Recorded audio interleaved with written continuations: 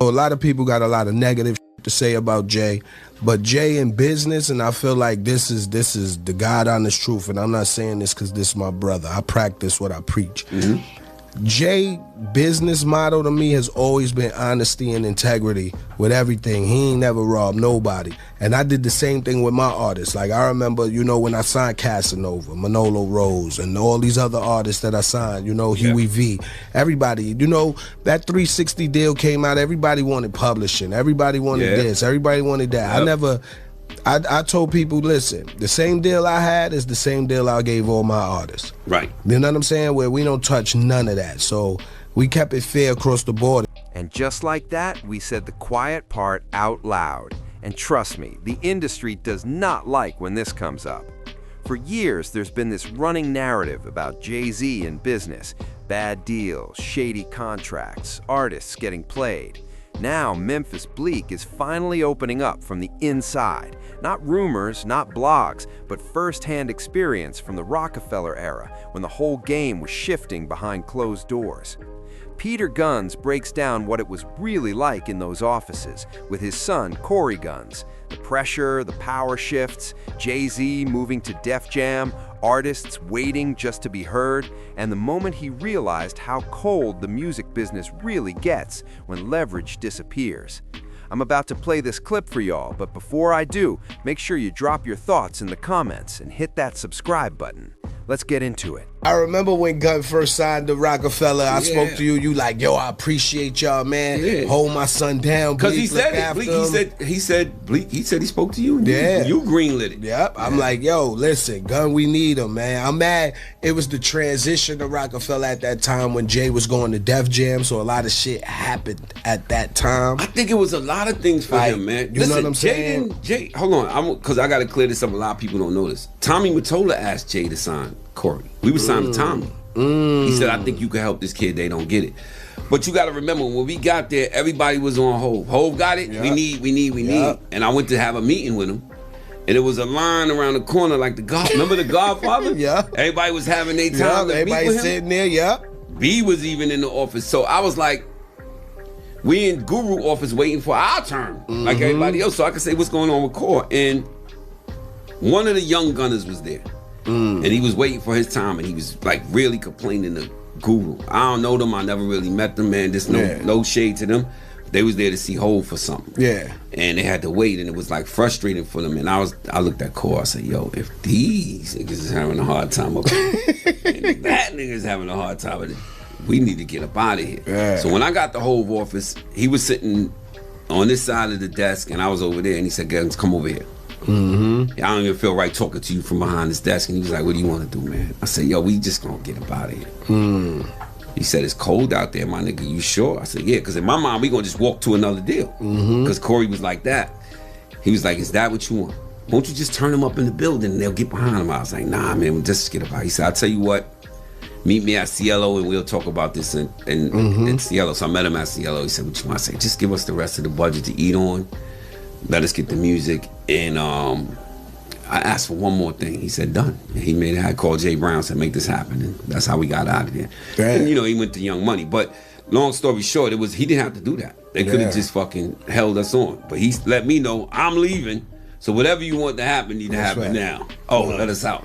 Nah, that's a fact. And so, shout out. People got a lot of shit to say, but that man let us go. At first, he could have been like, nah, turn him up in the building and figure it out. He was like, nah. But I knew him before all of this. We both toured together, bro. I remember when we had Ain't No Nigga and y'all had the major smoker. We was coming out first and y'all was shutting it down after. Like, he was giving me advice then. Yeah, he said, don't, because I was doing a separate album with Tariq. He said, nah, y'all got to stay together, do another one. But he was so when seeing him in the office it didn't feel right for us to be having that kind of conversation. Yeah.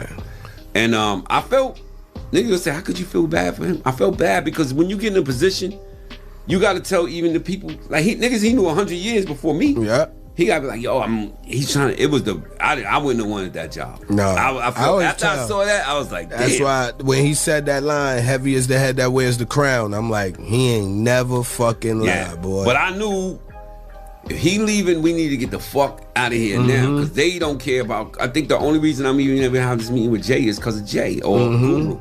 So if he leave, Guru going with him, who the fuck we got? The same people telling us what we need to do. So I took the, you know, we walked over, we went to a couple labels and they was like, no. I said, damn, Jay was right. It's cold out here. Yeah, no, the industry is bad. And you know, it was more, shout out to my nephew Jim. I never give him credit, but Jim was out in New Orleans and talking to Mac Main and all them, like, yo, Corey free agent. And so I think my nephew Jim is the real reason that Corey got signed. That's what's up, man. Shout out Mac Main, Wayne and them. That's the fam for sure, man. Like fucking one thing I wanted to add on too, you know, a lot of people got a lot of negative shit to say about Jay, but Jay in business, and I feel like this is the God honest truth, and I'm not saying this because this is my brother. I practice what I preach. Jay business motto to me has always been honesty and integrity with everything. He ain't never robbed nobody. And I did the same thing with my artists. Like I remember, you know, when I signed Casanova, Manolo Rose, and all these other artists that I signed, you know, Huey V, everybody, you know, that 360 deal came out, everybody wanted publishing, everybody wanted this, everybody wanted that. I told people, listen, the same deal I had is the same deal I gave all my artists. Right. You know what I'm saying? Where we don't touch none of that. So we kept it fair across the board, and that's one thing how I was raised. So I like that, what you said, like how Hov let you go is... Anybody that has anything bad to say about the dude, I eyebrow. Yeah. Because how could you not be proud of this dude coming from where we... And when I say where we come from, I'm not talking about just... I'm talking about New York, the streets, that like if I just from the bottom, man. And... still, he's in the one spot for me. You know, so there's certain rappers when they do a top 5, you can put them in that position, and I won't argue with you. So if you say, yo, Guns, my top 5 is Andre 3000, I'm not gonna argue. That's right. I got Kiss in my top 5. That's right. He's been in a one spot for me. So, but it's hard, yo. Let me say this to you: when you got what you got, and you that level of an artist, it's you know, and then.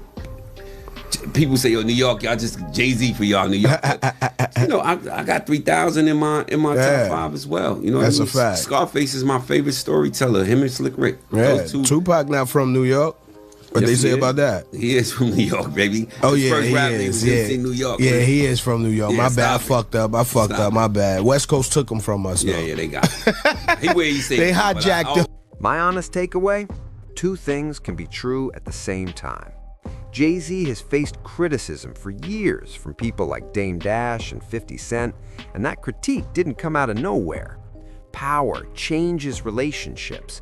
Business exposes tension. That part is real. But hearing how Jay-Z handled situations like the Corey Gunn case adds balance that usually gets overlooked. Letting the artist walk, giving budget instead of trapping them in paperwork, that's not the move of someone trying to squeeze every dollar. That's someone protecting leverage and reputation. In hip-hop, reputation is straight-up currency. Jay-Z became a billionaire by playing the long-term equity game instead of chasing short-term record money. I don't hear Bleek defending a myth. I hear someone showing what business looks like from inside the room. No villains, no angels, just decisions. So let me ask you, does Memphis Bleek's perspective change how you see Jay-Z's moves compared to what Dame Dash and 50 Cent have been saying for years? After hearing how he handled Corey Gunz, does it shift where you personally rank Jay-Z when it comes to artist treatment and legacy? Drop your thoughts in the comments and make sure you hit like and subscribe. Peace.